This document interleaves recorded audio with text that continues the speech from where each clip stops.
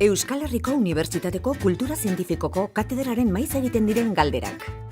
Hauek Laura eta Carlos dira. Duela 2 aste elkar ezagutu zuten ligatzeko aplikazio batean. Ongi konpondu eta lehen hitzordua egin dute.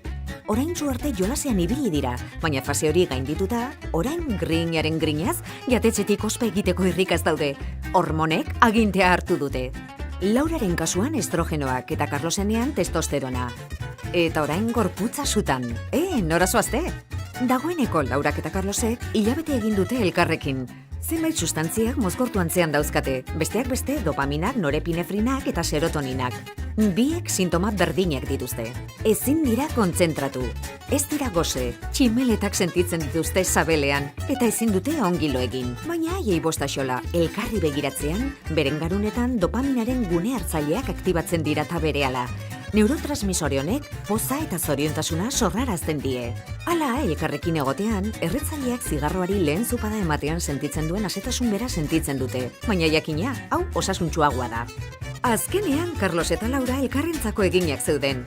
Jada ez dute tximeletarik sabelean, ez da jatetxetik ospa egiteko premierik, ongi egiten dutelo eta kontzentratuta dabiltza. Elkarrekin egotean, orain beren gorputzek oxitozina eta basopresina sortzen dituzte. Alegia atxikimendua eragiten duten hormonak, edo argiago esan da, maitasuna.